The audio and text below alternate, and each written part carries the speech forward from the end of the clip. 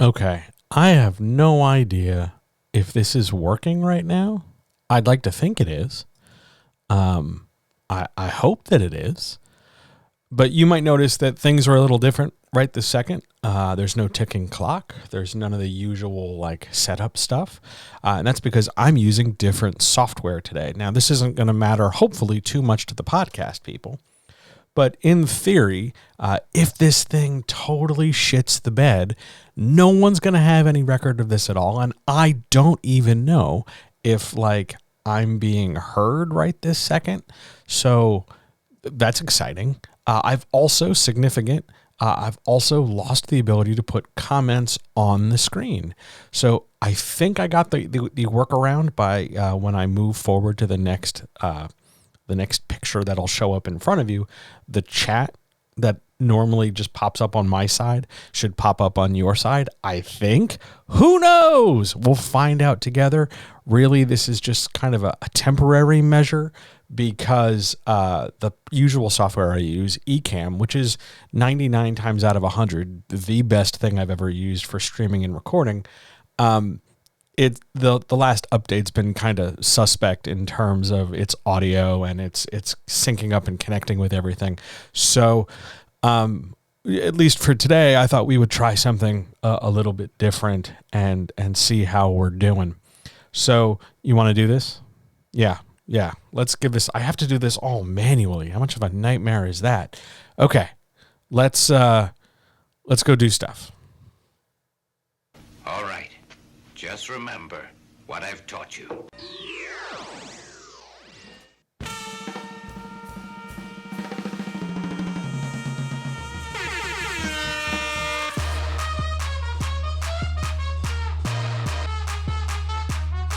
What the fuck is that?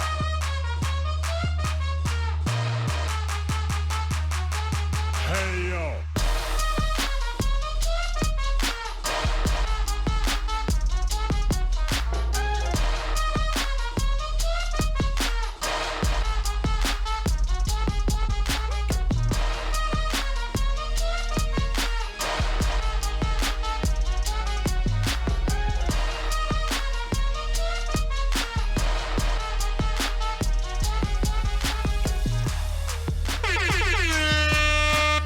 Let's go while we're young. Okay. So here we are, and there are just things popping up all over the screen. I have no idea if this is working. So we're gonna jump over here. I don't even know if this is gonna like load at all. So who the hell knows what's gonna happen? There might be me just clicking a lot of things and making the video look like garbage, but I don't entirely know how to do this. So bear with me if this thing looks like hot trash.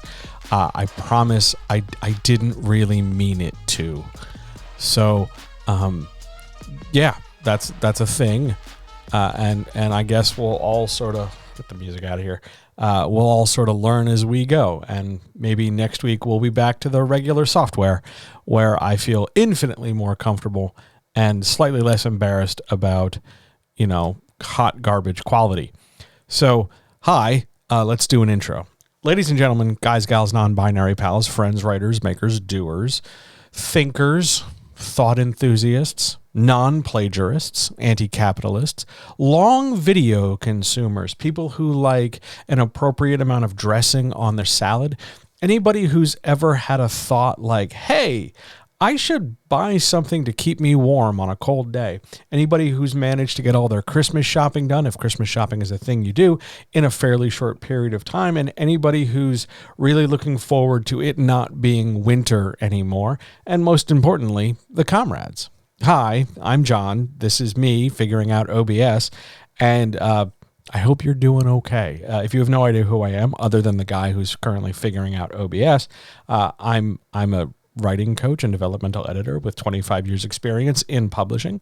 And it's my thrill, my great joy in life to answer the questions from people all over social media. And I've collected 13 of them. Hopefully they'll all show up on the screen if you're watching this video. Otherwise you will just delightfully enjoy it in audio, I guess. I hope, I pray. We'll find out together. So, yeah, shall we get started? Yeah, see, it's not doing anything. And I tried really hard I'm really embarrassed because I tried really hard to get like all the stuff sorted out and it's not doing it. So I apologize if there's going to be like weird shit on the screen and then it's going to blink away real fast.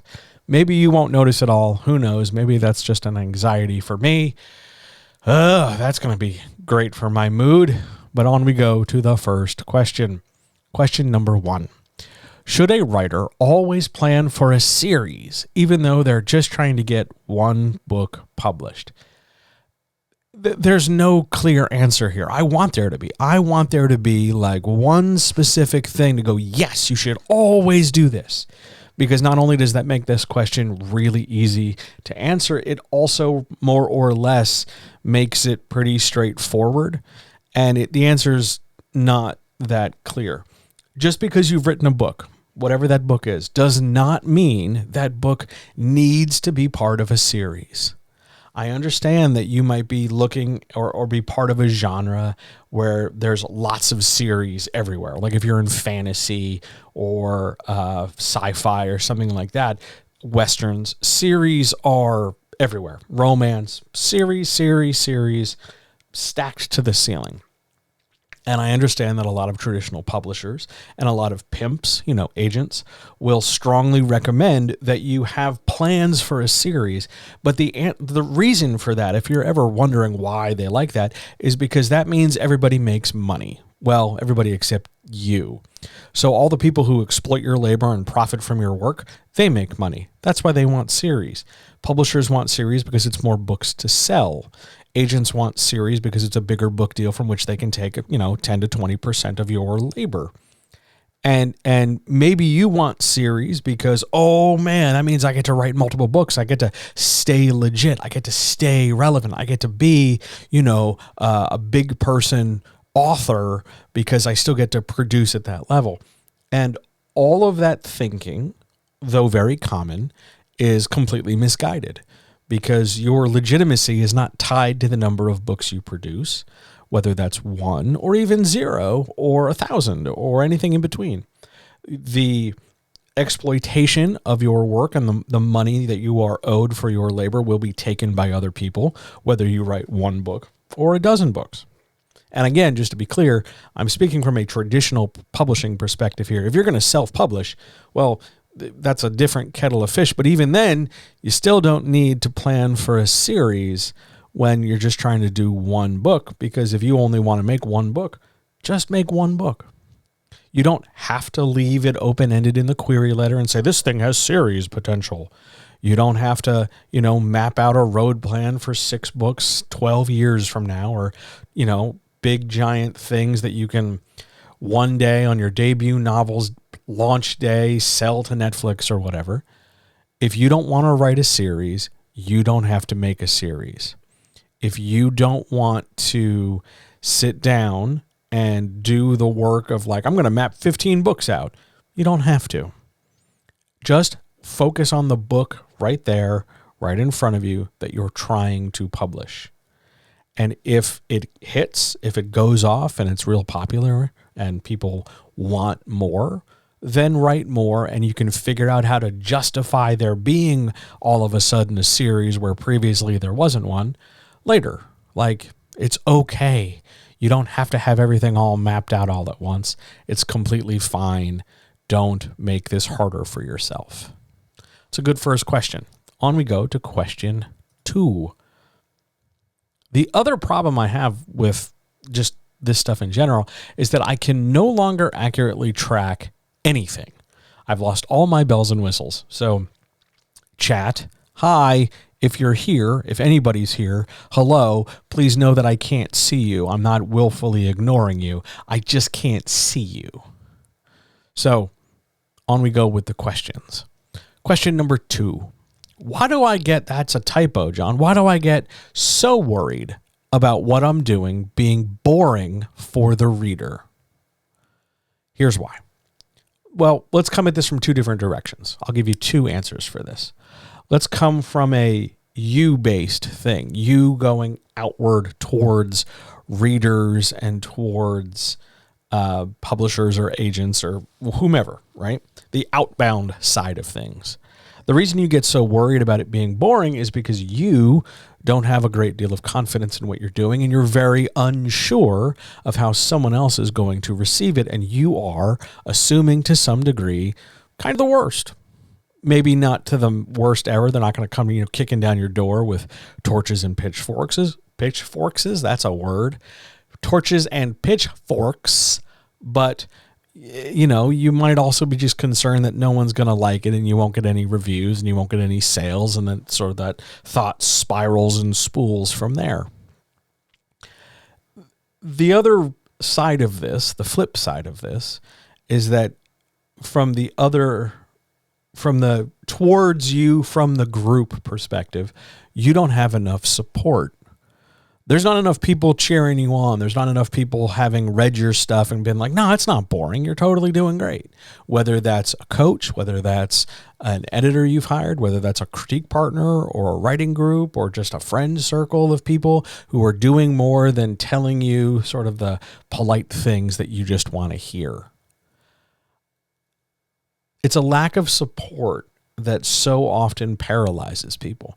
If you got people in your corner telling you that you're doing a good job, helping you do a better job, helping you not only get the word out from what are they calling them again? Street teams, like it's the 90s, or my team of content creating people who I exploit, whatever you want to factor those as. Beyond that, if you have good support around you, people who believe in you, people who care, people who want to help, people who are invested to some degree in your success, then you'll come to this worry about, oh my God, am I being boring? And you'll have evidence that you'll be able to counter it, because you'll say, well, I'm worried that I'm being boring, but the editor didn't say I was being boring. The beta readers didn't say I was being boring. Nobody's ever said my writing is regularly boring. And then you'll go one step further, again, because you'll have had some support, and say that, well, if one person does find it boring, that doesn't mean everybody's going to find it boring. Because I'm not only writing for an audience of one, I'm writing for an audience of however many people are out there. So it's okay if one person gets bored reading my book. Maybe it's not for them, but maybe for 5 other people, 10 other people, 2 other people, it's totally going to be okay. But mostly that worry about being boring, that worry about being derivative, or that worry about being dull stems entirely from the fact that, one, you're not used to telling yourself that you're not bad or problem or wrong. And 2, you don't have enough people around you who are practically aggressive in their support of you. You need more support, and some of that support should come from and extend to yourself. You're probably not being boring. You're probably just overthinking a thing because you haven't gotten enough feedback to neutralize that anxiety. On we go. And yeah, I'm going to have to click this button every time to change things, and then click this button to turn that off. I don't even know if you can see the little thing that pops up on the right side of the screen, but all the same, here we are. Question number 3. I've been rejected by 5 agents in the last week. How can 5 agents not like my work? What am I doing wrong? I can totally believe that you've been rejected by 5 agents. If you send out, 10 query letters, it's not uncommon to have all 10 turn you down. That's the system working as designed. The system is not built for your successes. The system is built for the benefit of rejections, because it makes things feel exclusive, and it makes things gatekeepery, because now we can dictate we're only letting so many people ride the ride, so we can exclude a lot of other people, and that somehow makes it more precious. And it means that people work harder for an unknown reward, jumping through unknown hoops of criteria, and hoping upon hoping they guess the magic combination to the puzzle and all of a sudden win the game show. I can totally believe that 5 agents in the last week rejected you. Notice how in any of that description, I didn't talk about how you're a bad person or that your book sucks, because those aren't reasons why you get rejected. To be fair, you do get rejected if your book is a problem, like if it's just full of problems, or it's poorly written, or it's just, not well made in some way, shape, or form, but it's not a reflection of your inhumanity or something.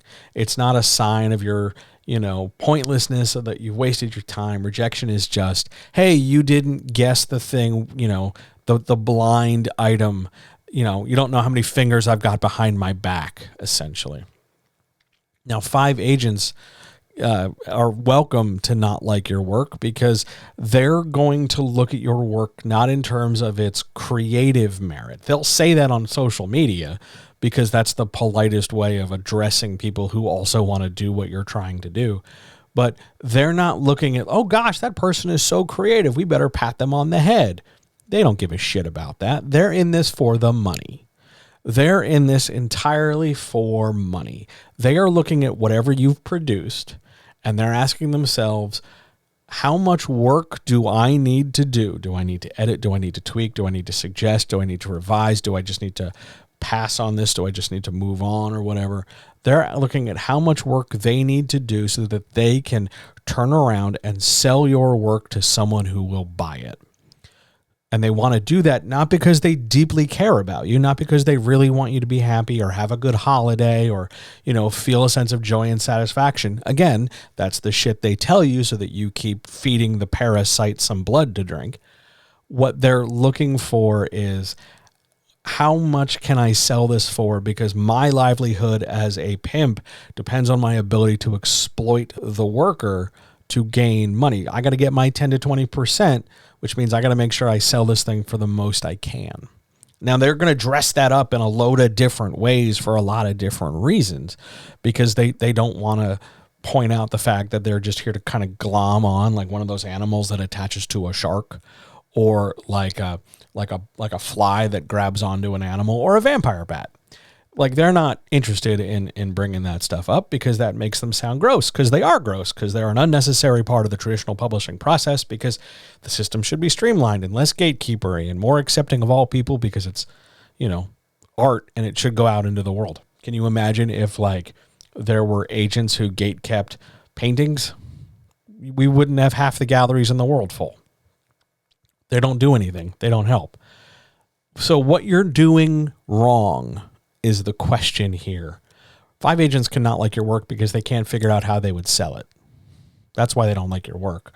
In addition to any possible errors you have in how you've presented your work, because that's the second question you've asked.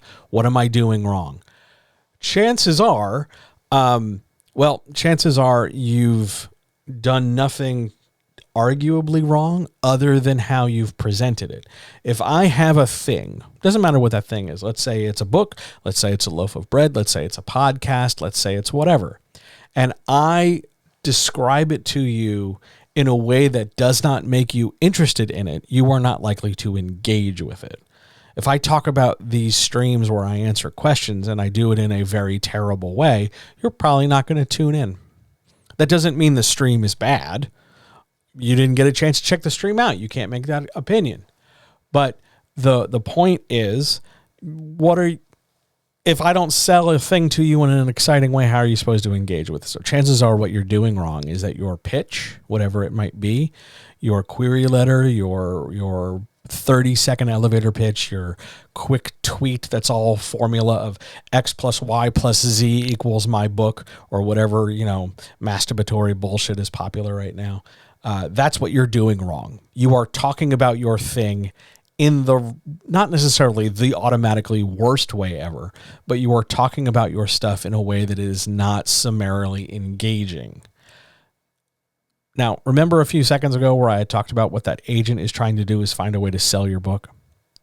A lot of people hear all this stuff about agents and selling, and they try to figure out how they can construct their pitch to highlight the sellability, the ease from which a pimp can make a sale. That's not doing you any favors either, because at the end of the day, most people who get into this don't do it expressly to just be sold. Being sold is nice, being published is nice, but they're doing this because they have always been a reader and they like books, and they've always had a deeply emotional reaction to their creativity, and they want to express themselves, and they want to be like maybe they have a literary hero or something. They have very personal, non-financial reasons motivating them to do what they're doing. And if you are willing to kind of kick them all to the curb in order to just cash in on that fast dollar, well, I got to tell you, there are certainly ways to make faster dollars and more of them. Sometimes very, very easily, sometimes with your clothes on, sometimes, without showing your feet for money. You get what I'm saying? Like, you can do this without having to give up the fact that you just like writing as a creative outlet. So what you're doing wrong is your pitch is off. Your query letter needs some work. Get some help with it. Try again. More than likely, it's a query letter issue more than a manuscript issue, because a bad query letter means the manuscript won't even get read. Okay, on we go. I don't even know who's here, so we gotta bear with me a minute while I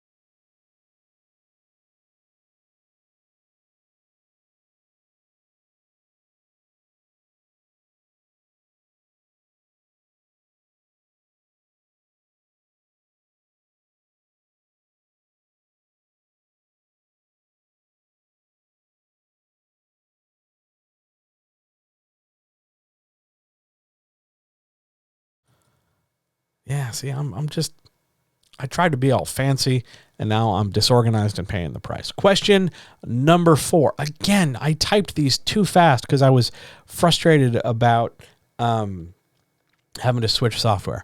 It should say, give me a checklist of what I need before I start getting really serious about writing. First of all, I'm proud of you for deciding to get really serious. I hope you follow through. In fact, that's going to be the first item in our checklist. You need to follow through, and you need to develop that discipline to do the thing that you say is important. Not right away. It's not like you said it, now you got to go do it with no time to breathe or go to the bathroom or get a sandwich first or something. But you have to develop follow through. If you say you're going to do a thing because you say the thing's important, you go do the thing. It might take a while. You might have to do it in pieces and come back to it, but you're going to do the thing you say you're going to do. That's item number 1.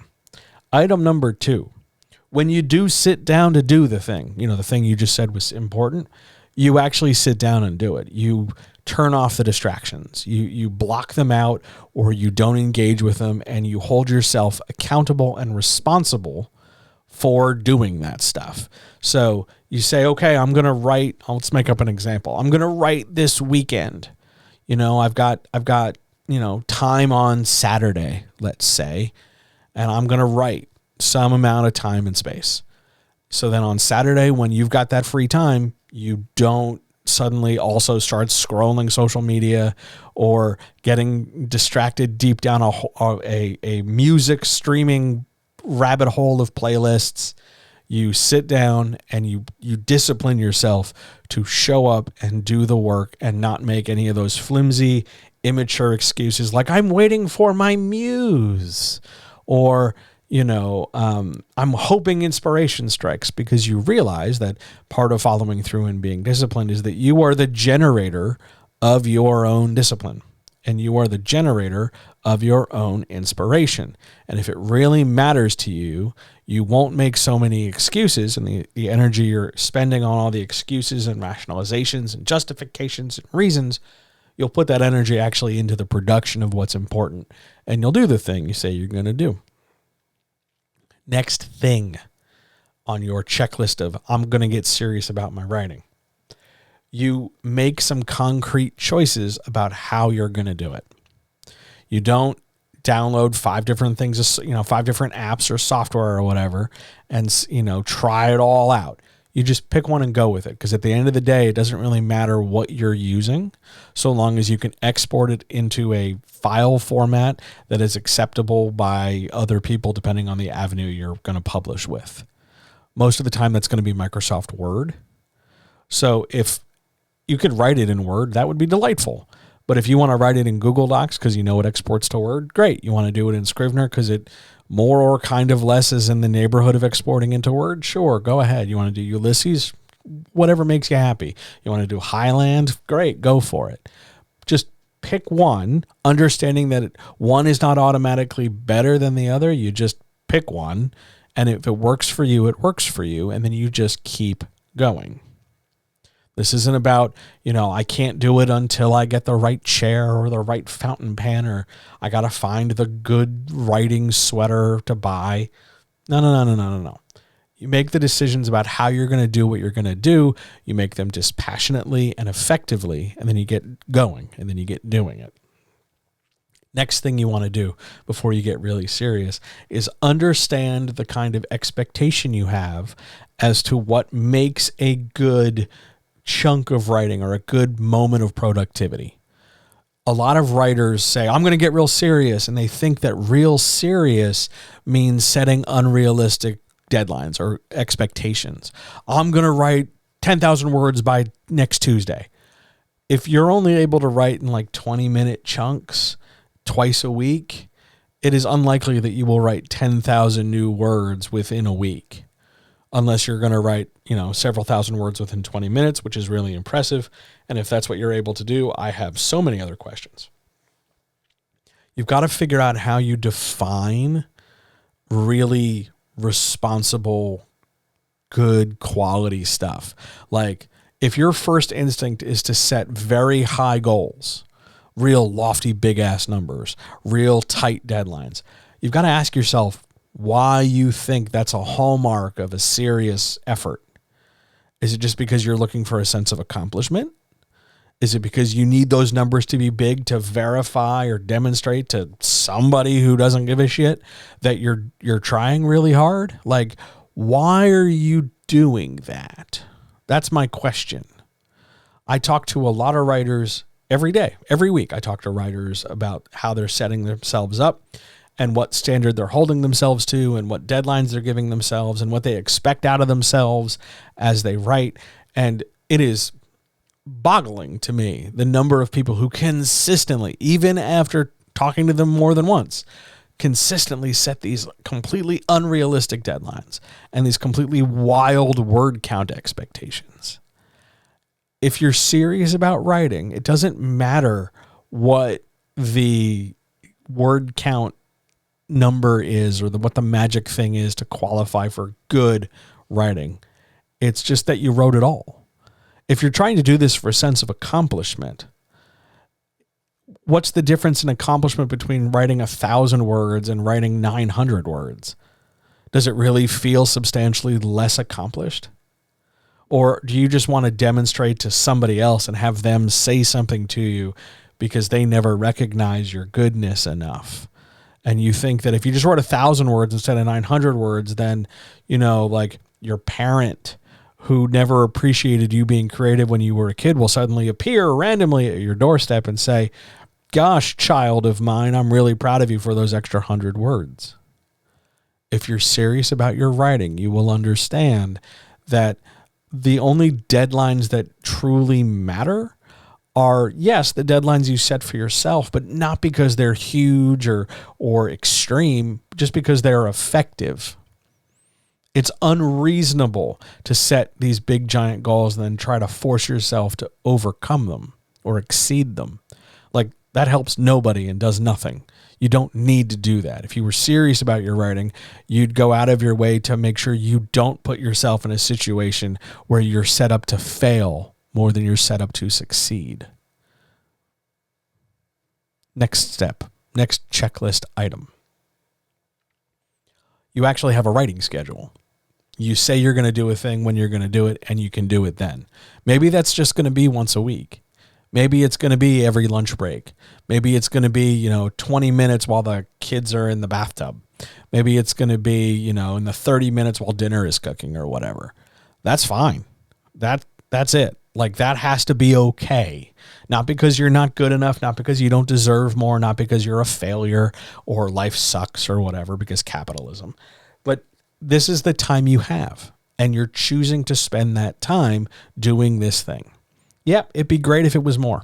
It'd be great if we didn't have to worry about income and bills and stress and capitalism and disability and illness and a million other things.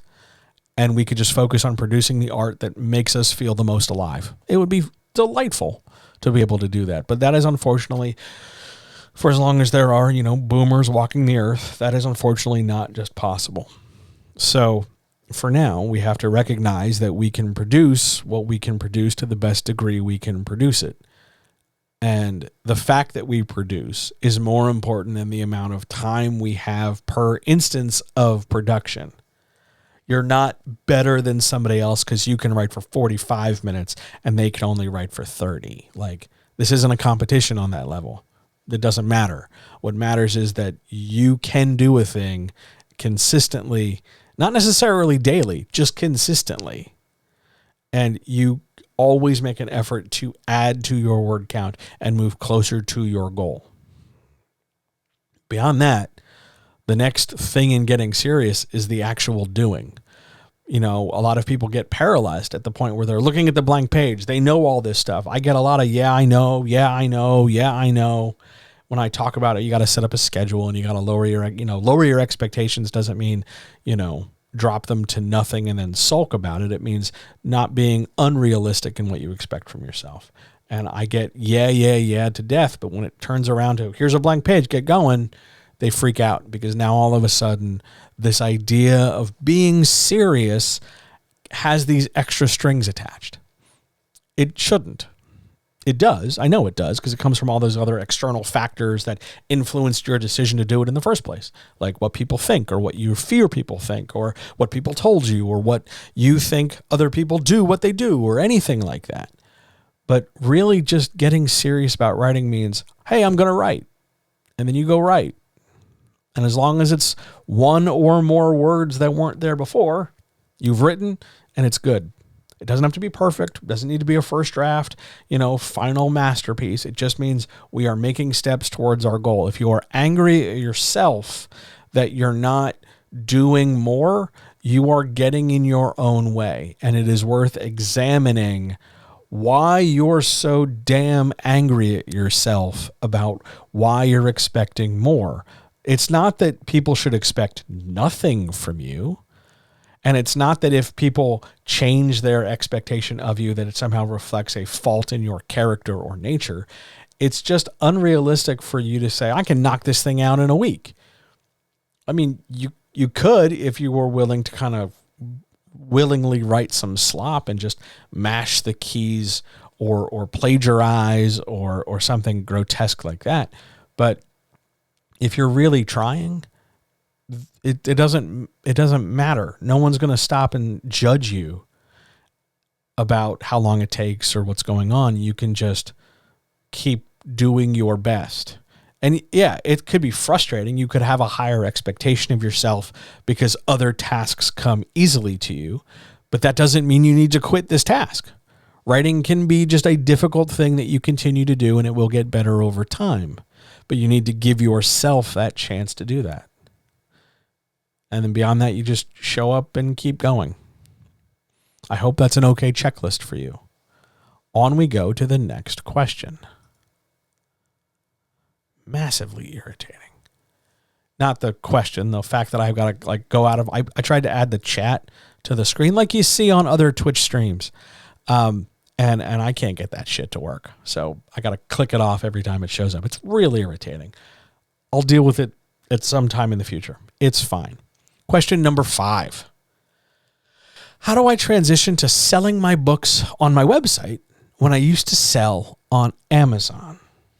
All right, well, first of all, we need to be clear that the books you're selling on Amazon, you probably can't turn around and resell simultaneously on your website. That'll get you booted out by Amazon because Amazon wants total and complete mastery of your distribution channels. It's part of the terms of service you signed up for if you signed up for Amazon. It happens. But if you've got books 1 and 2, I'm going to make numbers up. Books 1 and 2 or books X and Y on Amazon and books, 3, 4, Q, M, and Z over there on your website. It's not going to be that dissimilar a process. There's going to be a sale page. There's going to be some blurb where you talk about the book. There's going to be some way on the website, on that page, of clicking a button and creating a shopping cart or going to a purchase platform or something so that the transaction can happen to sell the book. You don't need, fancy Amazon algorithms. You don't need to sweat your keyword ranking. You don't need to deal with, competing inside your genre with everybody else in some Amazon bullshit Squid Game. Look at that. You don't need to deal with any of that. The transition from selling your book on Amazon to your website is just instead of, hey, go to Amazon and buy my book, it's, hey, come to my website and buy my book. The process is the same. In fact, it's a little bit easier because you won't have to worry about ranking or anything because it'll just be on your website. Now, a lot of people hear that and go, well, it can't be that simple. Why not? Why can't it be that simple? Why does it have to be complicated? Amazon is not they came and inserted themselves in the publishing process. They came and took over the publishing process. That doesn't mean we have to obey it. They are not our master.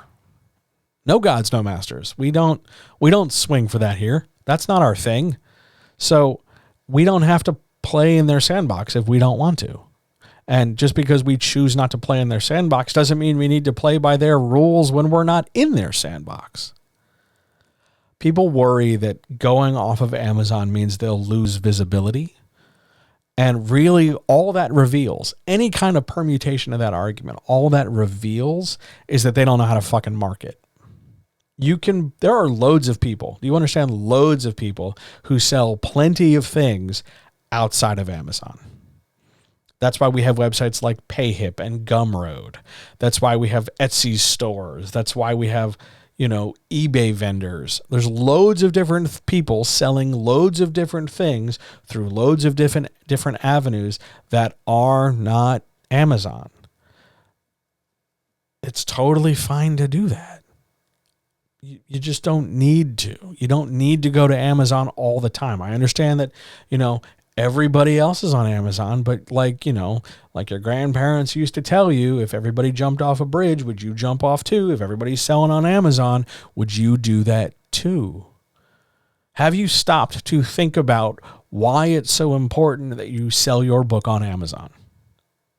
And if you are about to say, yeah, but what about I need access to the e-reader so they can just download it. You can give them a PDF. Your Kindle Fire can read a PDF. I did it 2 hours ago. It's not easy, in terms of click and point and stay within the Amazon ecosystem. It takes an extra step. You have to double click a thing. Ooh. But it's okay to step outside of Amazon, and it's okay to question the herd when it comes to publishing. But it's going to be the same process. You're going to need a good image, a good quality image of the book.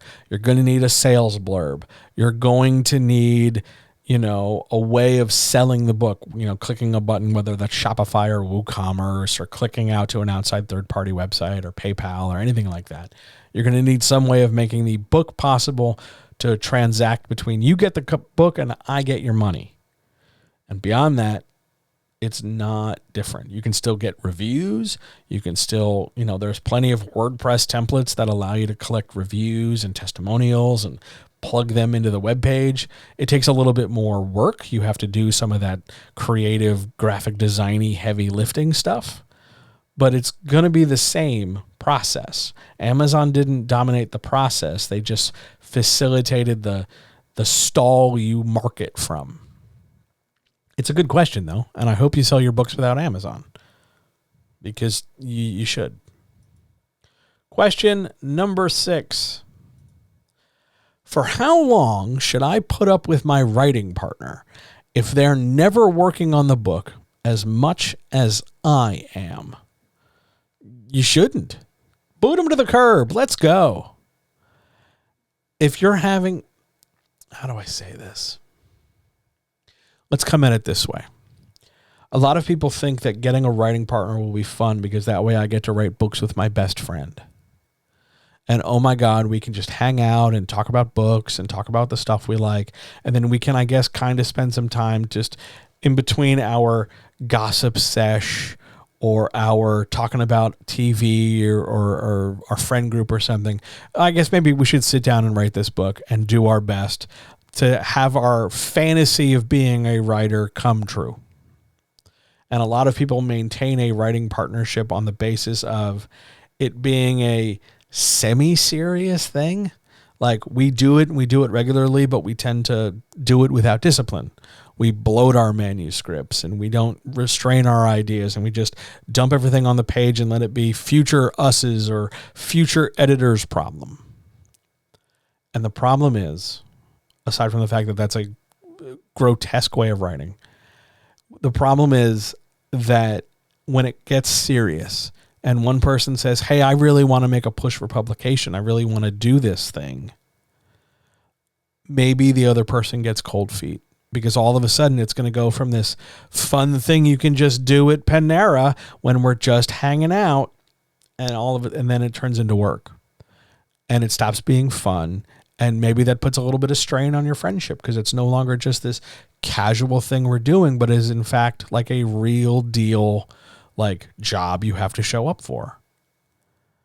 And if your writing partner is bailing on you because you've got two differing levels of seriousness, and you don't think what my mother would call a come to Jesus moment would help them get their head out of their ass and have them take it serious too, or at least admit that they're scared, or at least admit that they're disinterested, or at least admit they need, something more than like just hope one day that it works out, then you need to get rid of them. And you need to go your separate way with your book. And maybe that means they'll give you the book and you can take it solo, or whether that means you leave this book behind, even if you've done so much work, and you go your own way. You have to be willing to have that conversation. You have to be willing to understand that people will draw a line in the sand, and some people will be unwilling to cross it. And that might mean you have to leave the project behind. And that's not a failing or a fault. They're just not willing or ready or capable of doing the thing you are. And if it's really causing you that much grief, if it's really being a problem for you, you need to bring it up with them. And then you need to deal with it. But if you've been dealing with it for a while now, and you haven't had that moment of like, hey, what the fuck are we doing? Well, then that's something that you need to do sooner rather than later. And I would recommend you do it like now. Seriously, go do it like right this second. Instigate that text message, rip the Band-Aid off. Let's go. Let's do this thing. Because at the end of the day, if this idea matters to you, you have to do everything in your power to carry it forward, because it's not going to get there without your care and investment.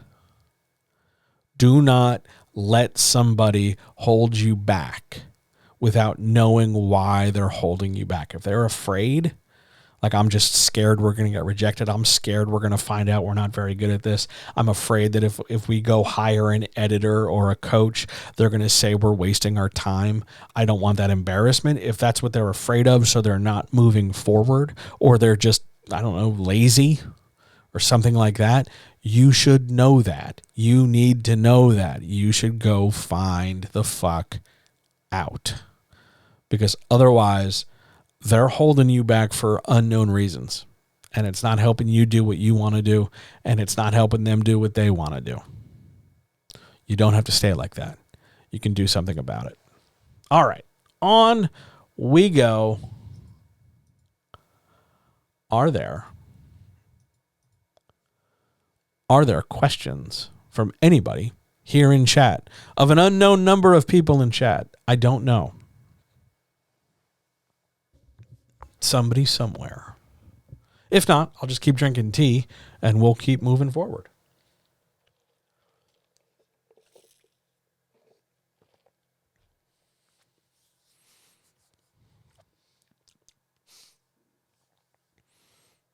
Shall we keep moving?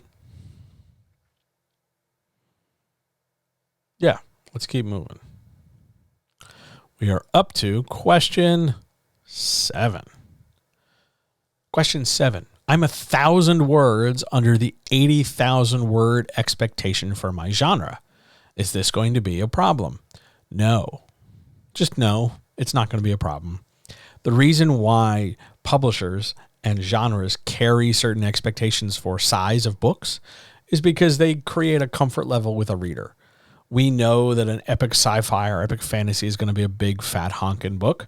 We know that, a romance novel can roughly be around 80,000 words, typically, but that doesn't mean it has to be. You get a pretty big wiggle room depending on what your story is. It would not be the end of the world if you had 75,000 or 91,000 in your book, depending on what your book is, and depending on how you've told the story. That number, people say, oh, it's got to be 80,000 words. Oh, it's got to be under 110,000 words. That's there for 2 reasons. From a publishing perspective, it's a dollar amount. It's amount of money. We know how many pages that turns out to be, so we know how much ink and paper it'll cost to make that book. That's one reason. And 2, from a more creative standpoint, it's to help you rein it the fuck in. Like, it's there to help you not just go on and on and on and on and on and on and on and on, writing and writing and writing and writing, so that you and throw every idea plus the kitchen sink in, and the next thing you know, you've got a book that's 500,000 words, and you're barely done the first act of the story. Part of being a writer who gets published is understanding that you have to limit yourself for the benefit of what stays within the limits. So if you're under 80, if you're at 79 and you think 80 is where you're supposed to be, chances are you're going to be okay. If you were 10,000, 12,000 under 80, then yeah, maybe we'd have a conversation about it. But by and large, you get a plus or minus 3,000 word wiggle room just by default. So it's not going to be a problem. It shouldn't be. And if somebody makes it a problem, they're probably looking for something more specific than just your book, and you shouldn't have to guess what that is. So that's not a you thing, that's a them thing. But no, if you're at 79 and you think you're supposed to be at 80, 79 is probably fine. And if you go over because you're trying to rewrite it, well, then you go over it because you're trying to rewrite it. It's not the end of the world. Good question. On we go to question 8. Question 8. Why are new or newer writers so drawn towards multiple points of view, MPOV? Television is usually my go-to answer here. I think because it has a lot to do with, I watch TV and I see them cut away from this group to that group to this thing to that thing over and over and over again. So you start watching a show like Game of Thrones or Bridgerton or whatever the fuck else is new and streaming right now, and you see how the story is so big and it has so many different people for so many different scenes all arranged through the magic of editing, and you think, well, each of those people has to be a different point of view character. Most of the time they're not. That's just how they've edited the story in third person. But a lot of writers take a look at MPOV because they see the success that some MPOV works have had and assume that that's the standard for the type of book that it is. Like everybody read Game of Thrones and then said fantasy has to be huge and MPOV, which it does not. And because before then it was fantasy has to be like Lord of the Rings or the Dragonlance books, and it does not. Or science fiction has to be Star Wars. No, doesn't. Or Altered Carbon in the early 2000s. Nope, doesn't. You can have whatever you have. MPOV is very tempting for a lot of people because it gives them a chance to show off how many characters they can make. Oh, I have this guy and I have this lady and this person and that person and this person and this person and that person. And I have this huge giant world that contains multitudes. That's nice. That's great. Good for you. That's wonderful. What's the plot? How do all these people come together? Do they come together? Does it matter? How many characters are similar to each other? How many roguish scoundrels with hearts of gold do you have? How many bold, noble people who adhere to a rigid code do you have? How many strong but silent types you got? How many destined, prophesied people do you have? How many warring clans and how many, single snarky bards are all up in your piece? New writers gravitate towards it because they think it's the best way to demonstrate that they're creative and that they can show the bigness of their story, and that'll make it attractive for somebody. And they'll say something like, well, that's the kind of book I read. Well, that's the reason the kind of book you read is because that's the kind of book they make available to you, because they're counting on the fact that a big story sells more because we can make it part of a series like we talked about in our first question. And that's what you're fed, so that's what you know. But as a writing lure, multiple points of view generally speak to scope, size of story. And it doesn't need to. You don't have to write MPOV. You can. It's hard to do. It's very hard to do. It requires usually finding your work through an edit as opposed to just writing it straight. But you don't have to always go for it. It's fine. It's just third person's fine. Just plain old third person omniscient or even third person limited is fine. You don't need to hop around as much as you think you do. On we go. Question number 9. In yesterday, meaning Monday, in yesterday's podcast, you talked about how fear of reviews can hold a writer hostage. I did. You can listen to that wherever you get your podcasts. Just search for John Helps You Write Better. It'll come right up. What's the alternative to reviews holding a writer hostage or reviews being a big deal? And isn't this just how it is online now? If you have no idea what I'm talking about because you haven't yet heard the podcast, here's the gist of things. People panic when they get a 1-star review because maybe it'll be the only review they get for a while. And they worry that 1 star will be like a badge of shame that they will have to overcome, because if it's the only review people see, then it won't lead other people to buy their book, which sucks. So a lot of people freak out when they get a 1-star review, and a lot of people who give 1-star reviews are counting on the writer having that same kind of feeling. I'll leave this person a 1-star review that'll really tank them, that'll make it hard for them to sell their book, and that's what they deserve because I, the selfish 1-star review leaver, had a bad experience, and I'm an asshole who's fundamentally incurious and incapable of compassion. So fuck them. I'm leaving 1 star. I hope they choke and die. That's pretty much what most 1-star reviews are saying. My singular experience must therefore be universal because I'm the main character of every story I'm in, because I've learned no sense of compassion and nobody's ever told me fuck off. I, John, the guy behind this microphone, is telling that 1-star review person to go fuck off. Your review is not an indicator of the quality of your book. That review is an indicator of the reader's experience with the book. There's a difference. We have been conditioned, traumatized, and abused to think that reviews are indicative of quality.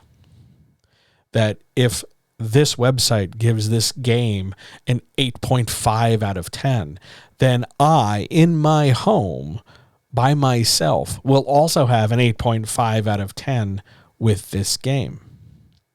There's no reason to think that. The guy in the review talked about all this different shit that I don't engage with, but they still got an 8.5. You might get that thing and go, all right, I've lowered my expectations, but the game is still good for you. You still enjoy it. So you get to give it a 10. Your fear of review, your fear of being rated by someone else, is an objective fear of a subjective thing. Because if I tell you, I don't like mayonnaise, I think mayonnaise is gross, I don't put mayonnaise on food, I try to avoid cooking with mayonnaise as much as possible. And if you make me some food and you have to put mayonnaise in it, or cream cheese, I don't like cream cheese either, but if you put those things into food, just don't tell me. And don't do one of those things where it's like, that has cream cheese in it, because I will walk out of your house. I don't care for cream cheese. I don't care for mayonnaise. The reasons for it are my own, and I don't need to explain them or justify them to you. I don't like those things. But it doesn't mean you can't. You can go put mayonnaise on your burger or cream cheese in your cheese dip or whatever. That's fine. Do you. Make you happy. The alternative to being held hostage by a review is detaching yourself from reviews. Again, remember the part where we talked about Amazon? Amazon swears its algorithm is only partially built on reviews, because reviews mean traffic. People come to the website, they scroll up and down the page, they stay on the page a while, they're more likely to buy other things from Amazon. Reviews are one person's opinion. They are not automatically fact. The alternative is remembering that reviews, just like comments on a website, do not need to be engaged with. And you don't have to give them any extra weight other than, oh, somebody added words to this website. I know how monstrously difficult that is. I know how hard it can be. I know that's not easy. I know it's a lot. But it's doable. And anytime somebody says, isn't X just how it is right now? Then chances are it needs to change. And it can change. But it's going to change by each of us picking and choosing and doing different. If you're afraid to publish because you're worried about the reception, you're worried that somebody won't like it, you're worried that you won't get any reviews or you'll get bad reviews, you need to publish your work. In part to disprove the idea that the only thing you're good enough to get is a 1-star review, but in part because you're not writing or making this thing for the review, are you? You're not only doing it so that somebody can give you 1 star. You're doing this because you had something to say. You wanted to produce some stuff. You wanted to get it out into the world. That needs to be the most important thing. That needs to take precedence and size over the possibility of somebody not liking it so much. You can't make everybody happy. You can't write a thing that is universally loved. Even the stuff that is universally loved, there's somebody somewhere who hates it. You know, I would have argued that some comic books and movie franchises are pretty universally loved. But we both know that there are whole sections of the internet dedicated to how much this thing or that thing sucks. You might like it, and that's fine. They don't have to like it, and that's fine. But you have to be willing, as the creator of that thing, to put your focus on what matters to you as opposed to what matters to them, being the person giving you shit. You don't have to be afraid of a review. Just produce your stuff and get it out there. You can always make more stuff, and you can always ask for more reviews. It's doable. You can do this. Keep going. Are there any questions from anybody here?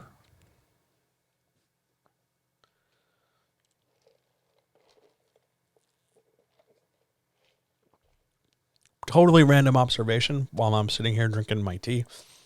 I've switched over to using metal straws. They were a gift from somebody.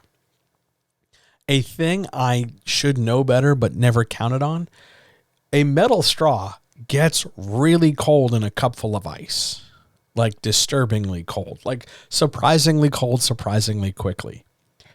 It's probably going to be great in the summer. It's a little bit of a problem in the early winter. So, yeah. Just a random observation to fill time while I record this thing. Other questions, issues, etc. Else we'll keep moving into our back corner of our work to talk about more stuff.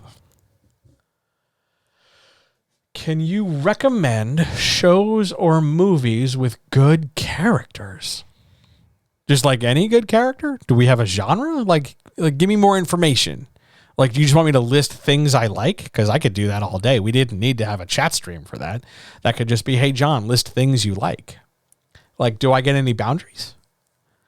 Are there any limits as to what you'd like? Qualification? Like, hey, John, tell me only characters that do X or don't do Y. Because if it's just, hey, John, rattle me off good shit, we're going to be here for a hot minute.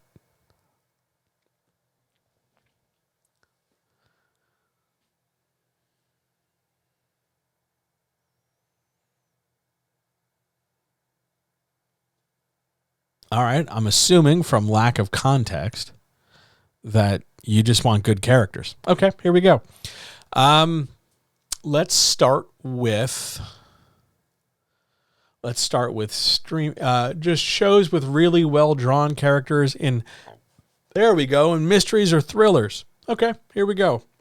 The early Columbos, which are available, I think they're on Peacock. They used to be. I don't know if they still are. But the first 4 or 5 years of Columbos, pretty much anything pre-1980 is very well crafted Columbo mystery. I think both seasons of Perry Mason on HBO show remarkable depth in their character construction for all characters there. Though I think the first season is a little bit in spots rushed, but I think overall those are excellent mystery characters. Thriller wise, the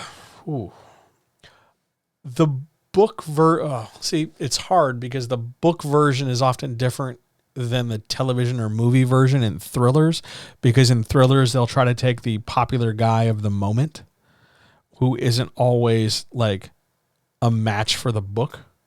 Like they tried to make Jack Reacher into Tom Cruise or vice versa, and it didn't work because it's just Tom Cruise. But then you get a guy like Alan Ritchson who is a monster of a biped, and he's closer, but it's still not entirely right. In the same way that Sean Connery and the original book version of James Bond are not quite the same. But I would not say 007 is a quality crafted character. Mystery and thriller. So Columbo, definitely. It's the thriller one I'm stuck on. You got to give me a second. Columbo for mystery. Book version, Jack Ryan is excellent. The closest that you get in movie version is early Harrison Ford, at least for Patriot Games. I think Alec Baldwin isn't bad in Hunt for Red October, but if you're looking for more of a Jack Ryan, you want Harrison Ford more than John Krasinski. Although that's more of a generic thriller that's more of a Tom Clancy thriller as opposed to a Jack Ryan thriller. There's a structural difference there.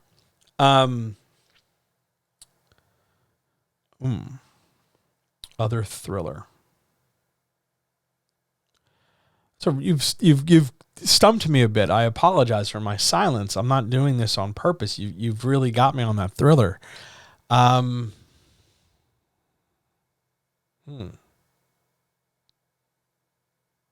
reason why you take Columbo is because Columbo is a howdunit. So the howdunit character is framed differently than a whodunit.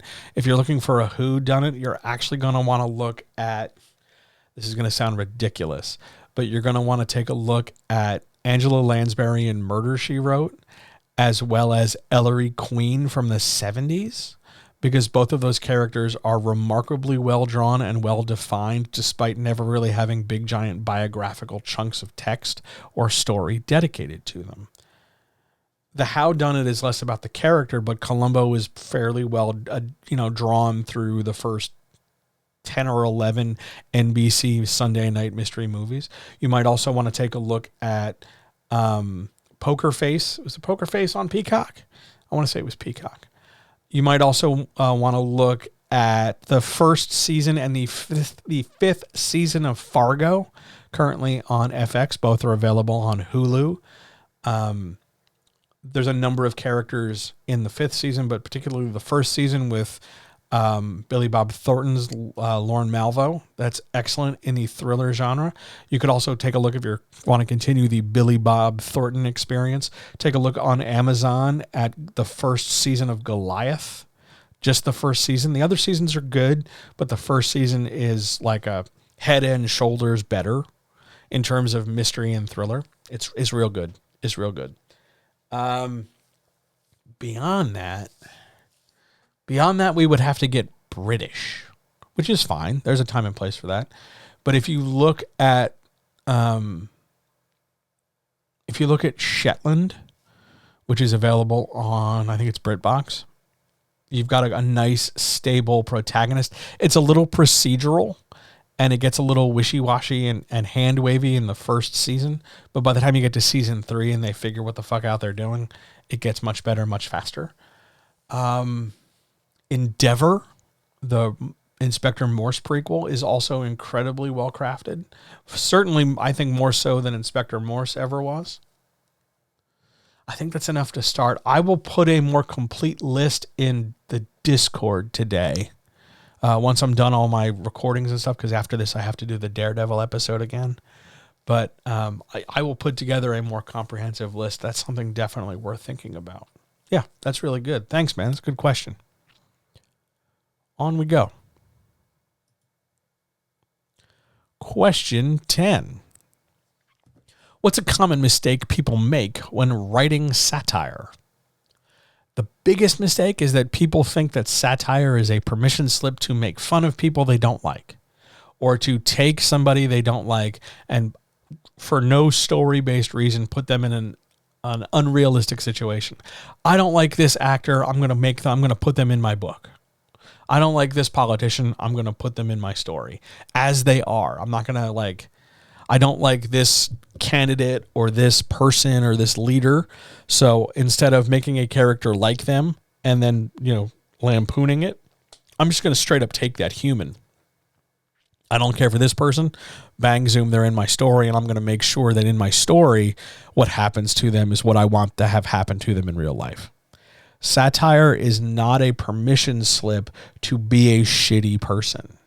Satire is there to call attention to a situation, and through the use of humor, not cringy edgelord humor, but like legit, I don't need to be shocking in a teenager humor, like, haha, I've made it funny.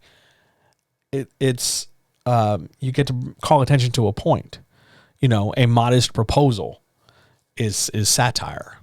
The vast majority of many political writings can be satiric because they're not automatically comedic. And I think that's the other major problem people make with satire. They think it's an excuse just to roll out some political humor. Like, I'm just going to make some jokes about the government, or I'm going to make some jokes about this, that, or the other guy. That's not satire. That's just you writing bad jokes.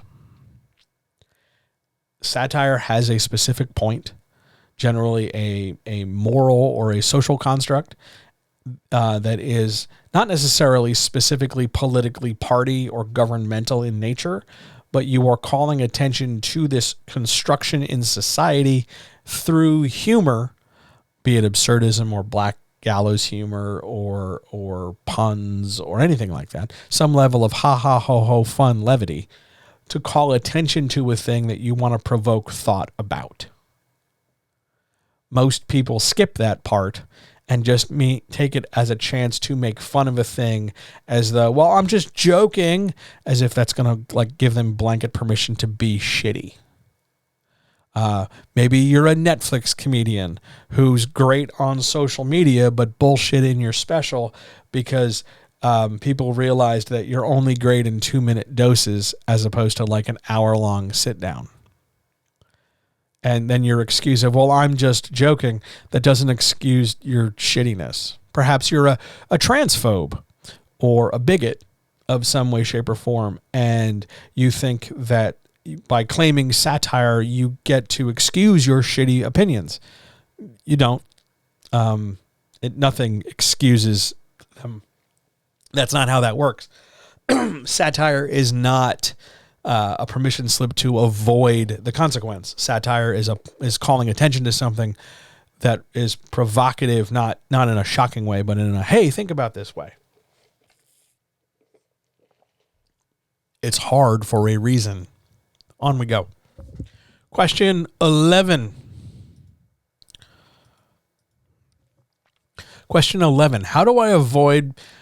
All right, I'm going to read this sentence, and it's going to be very clear that I'm a man in my mid-40s, and that I got this question from someone younger than me. Just bear with me. Question 11. How do I avoid being so cringe on TikTok with my book promos? And I can immediately think of like 6 people who are going to hear this and then either via text message or WhatsApp or Signal, or they'll just straight call me and make fun of me for saying the word cringe. I know it's coming, but that's fine. How do I avoid being so cringe on TikTok with my book promos? Okay.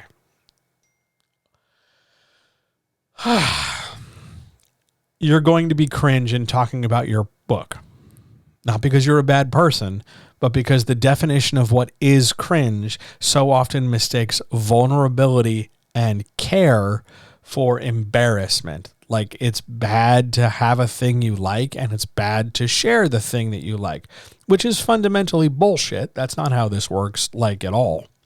But people really feel like I shouldn't share this thing that brings me joy and do it in an enthusiastic way because it makes somebody else embarrassed, not only about you and the thing that brings you joy, but the things that bring them joy.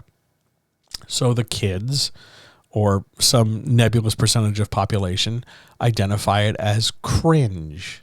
It used to just be awkward, but now we make it cringe, I guess, because we are reducing the number of syllables, and somehow that becomes more clear.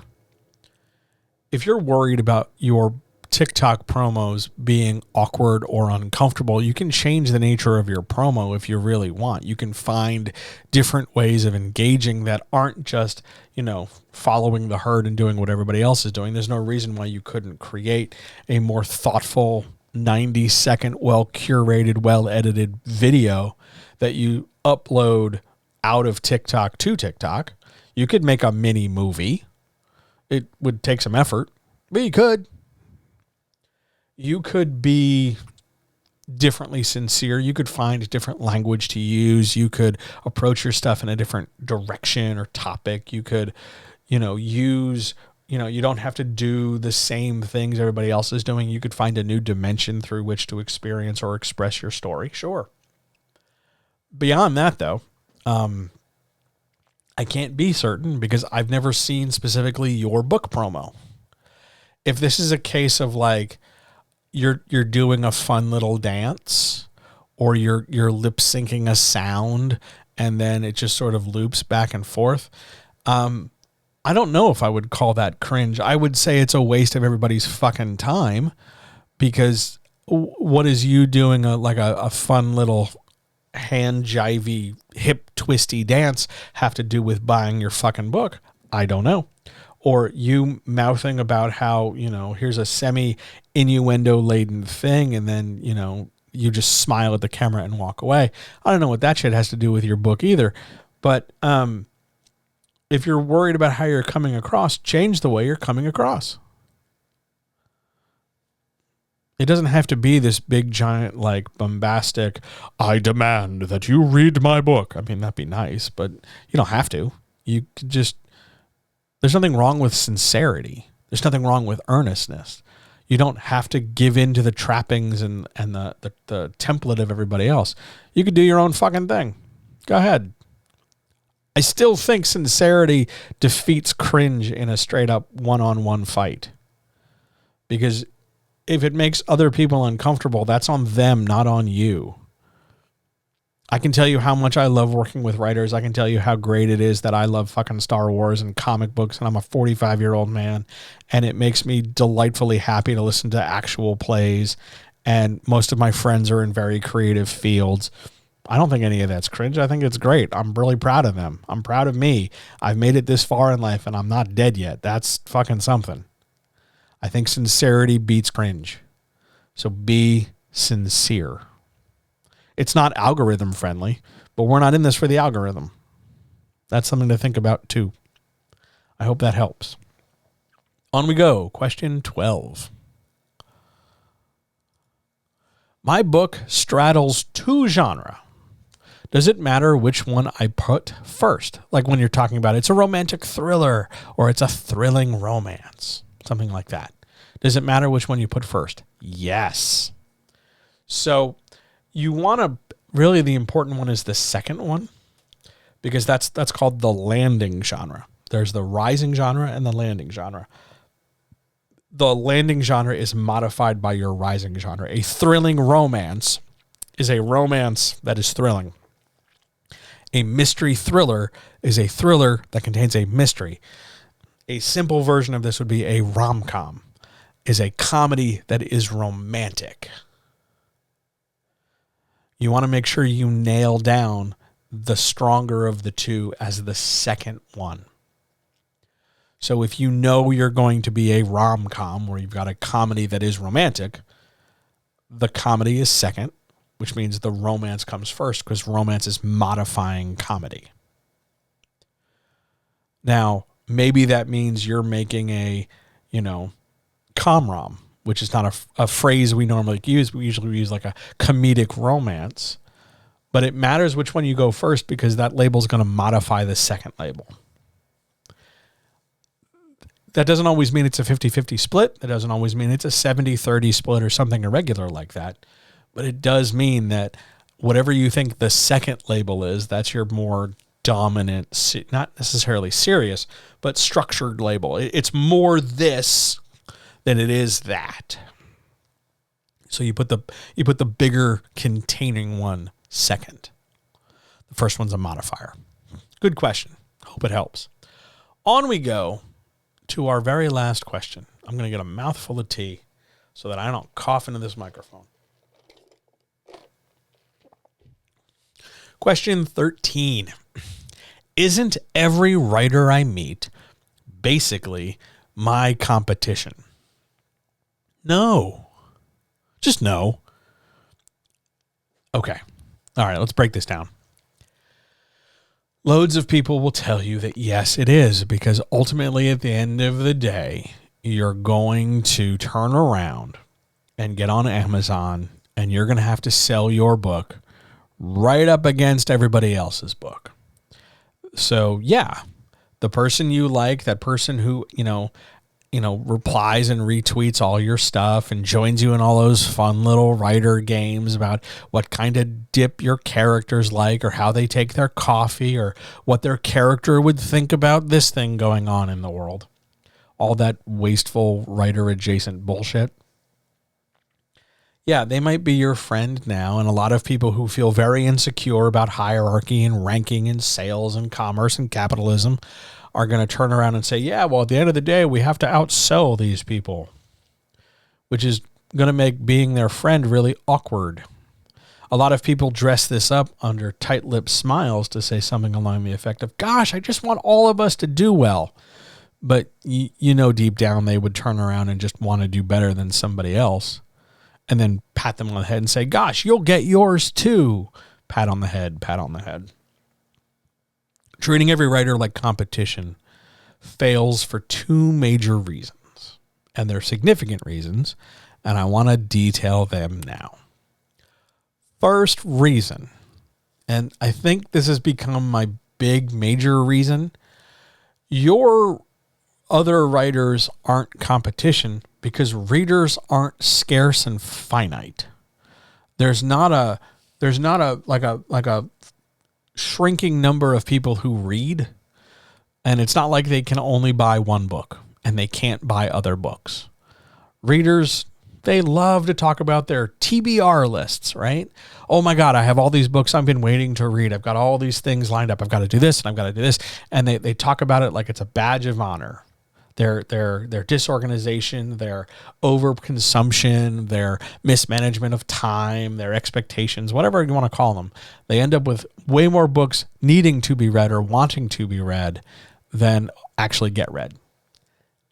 And because they have these lists and because they have the ability to stockpile things, you don't have to compete with another writer for them. We're not trying to sell widgets, and then once everybody has a widget, there can be no more widgets. So it's not like I have to get my book in your hands before somebody else does. You can have my book and their book and the book down the street. So on that level, from a businessy level, I disagree with the idea that writers are all in competition with each other. Platforms like Amazon would love for things to be, competition so they can have algorithmic discrimination to suggest that, oh, well, you're better than that person, so we'll promote them and hold you down. Or you're this kind of group from this kind of community. We're going to hold you down just because nobody likes reading your stuff, so you're not going to get brought up because we don't like pretending you exist. Something like that. Competition benefits those people who profit from it. And too often, large companies, people who are only really vested in money or only really interested in quality as a measure of sales and number metrics, they care about competition, being better than somebody else because money, because sale, because good enough equals more than somebody else. It suggests scarcity and rarity and things that are patently untrue in creative endeavors. Second reason. You're not competing with them. Writing, much like painting or sculpting, is a fairly solitary effort. You can have a co-writer, but even then you're functioning as a single unit of writer, but you're not competing. Your idea is your idea. You are producing it in your own way, at your own time, in your own space, to your own degree. Sure, you're writing a romance novel. They're writing a romance novel. You're not writing the same romance novel. Yes, there's a protagonist and a love interest. Yes, there's 3 sex scenes. Yes, there's a plot that we're not really here for because it's all about, characters taking off their pants and doing things. But the particulars are entirely up to you. they're just next to you in the same way that at the grocery store, there's, a section for cucumbers and a section for carrots, and the carrots don't care if I buy a cucumber. And the pineapple doesn't care if I buy an onion. They're just there in the store. They're available for my consumption, my use. The same is true as a writer. You make your own thing. There are loads of things like it, but this one is yours. You get to produce what you want to produce to the degree you want to produce it. And there's no benefit, there's no point, there's no value in seeing competition in a place where there's just no reason. I want you to do well. You want the other person to do well, and we both want a third person to do well. Not because that means we're in any kind of weaker position. My day isn't ruined because you sell a book and I don't. We're all in a better position because people are buying books. I'm a writing coach. There are other writing coaches who are more financially successful and stable than I am. There are writing coaches who have 10 times the clients I do. There are writing coaches who work at a corporate level who help big giant companies write brand messaging. They're functionally doing like high level marketing strategy. I don't do that. I work with writers who get stuck. I work with writers who have been rejected a lot. I work with first time writers. I work in this one particular pool of people. I am competing in some degree with other writing coaches who do the same pool of people. You don't need all of us to do the same thing. You just got to find your favorite and go with them. But beyond that, I'm happy when they do well because they should do well. Their kids should not starve. They should be able to afford health care for their families. They should be able to, clothe themselves and keep the lights on and stay warm in the winter. I know how hard that can be. Am I jealous? That's not the same as having competition. I can be jealous. I'm human after all. But by and large, it comes down to they're not my competition because I'm the only one doing me. It's just me, and this is how I go. And yes, it's at odds with what other people say. I am not doing the same kind of stuff in the same kind of way as everybody else. I'm not trying to push a million classes down your throat. I'm not talking to you about my 8 million trainings on Facebook. You did not see the big giant dismissive masturbation gesture I just made. But I'm not like everybody else. I'm doing my thing. That doesn't make them... They're still writing coaches. I'm still a coach, but we're not competing in that way anymore because I don't want to, because I don't care. Now, whether you want to argue that's my self-esteem issue and I don't think I'm good enough, that's a different thing for a different day. And I would insist that normally you have to either buy me a root beer or date me before we even have that kind of discussion. But by and large, the general point is you don't have to have competition in a spot where you don't want to compete. That doesn't mean you don't have to try, but they're not competition. They don't have to be. And if you walk into every situation constantly thinking that you have to fight to prove yourself, that's a real pit you're going to get stuck in because it's going to be really hard to get out of that thinking. Because, okay, so you're competing with all these other writers. Fine. You distinguish yourself as a writer in this genre. What's the next pit? What's the next big pool of writers? Oh, so I'm the best self-help writer publishing this month. Okay. Am I the best self-help writer publishing this year? Am I the best self-help writer of the decade, of the century, ever? There's always a bigger fish, right? There's always some other level to consider. When is it going to be enough? Why is that important to you? How do you justify and reconcile the idea of having any reader is important to me versus having all the readers matters? At what point do we make that switch from I've made people happy to there's a lot of money in my pocket? You get to figure that stuff out for yourself. You get to sit down and sort through those feelings. A lot of people won't sort through those feelings, and it shows. But you get to pick and choose how you feel about that stuff. Whether you want to engage with it at all, engage with it a little, engage with it just at the beginning or just at the end, that's up to you. I can't tell you when to engage and not to engage. You get to decide that. But no, I'm going to tell you, for me, I don't think everybody is basically your competition. There's you and your goal and your effort towards it. No competition needed. The effort to the goal is already hard enough. We don't need to make this more complicated than it is. It doesn't suddenly get more rewarding because we had to, beat 6 other people to do an already hard thing. Like, you did a hard thing. That's enough, right? Maybe it should be. Maybe that's something worth thinking about. But that's just what I think. Maybe you are happier having this constant hierarchy where you are forever fighting for a pecking order. Maybe that doesn't make you feel insecure. I don't know. But I know you don't only have to adopt that and don't only have to live that way. It is something to think about. Yeah, that's all I got on that one. Are there any questions from anybody who's here before we get out of here for the day? And again, I do want to apologize for all the little messages and pop-ups and things that I don't know if they came up on your end. They came up on my end, but I apologize for trying to get all the bells and whistles in place. I hope that doesn't grotesquely interfere with your ability to enjoy this video.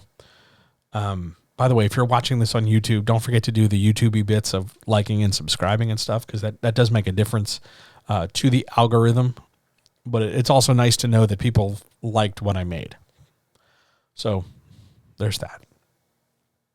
Next week, hopefully, Ecamm will be Ecamming again, and they will roll out a patch to solve the audio issues, and we'll go from there. But for now, questions? Anybody? Otherwise, we will go to the outro.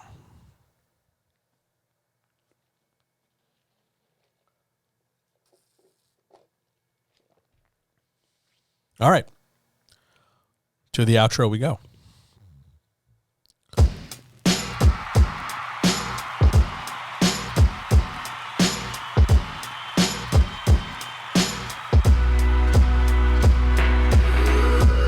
Thank you.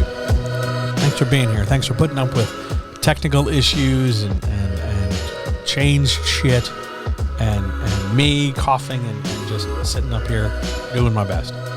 Thank you so much for being flexible and for being here at all. I'm really grateful for each and every single one of you. Thanks for asking good questions. Thanks for checking this out. If you watch this on YouTube, don't forget to like and subscribe. If you're listening to this as a podcast, feel free to leave some ratings or comments as to how nice this was, because that means a lot to me too.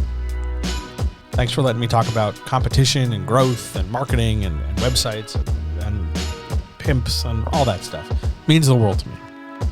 All power to all people. The next time I'm here, the next time I'm in your eyes and in your ears, we'll be right back here for the chat on December the 12th. But don't be surprised if we meet again on Monday the 11th with something that's maybe yet to be determined. It might actually be a little salesy, but who knows what'll happen. The best way you can find out what's going to come next, head over to johnhelpsyouwritebettercom. Sign up for the newsletter. It's the pop-up that comes right up when you load the site, because that'll give you a schedule as to everything I'm doing. So until then, keep writing. Take good care of yourself. Drink some water. Take some meds. You don't always have to wear pants. Be comfortable. Make yourself happy. And I'll talk to you very, very soon. See ya.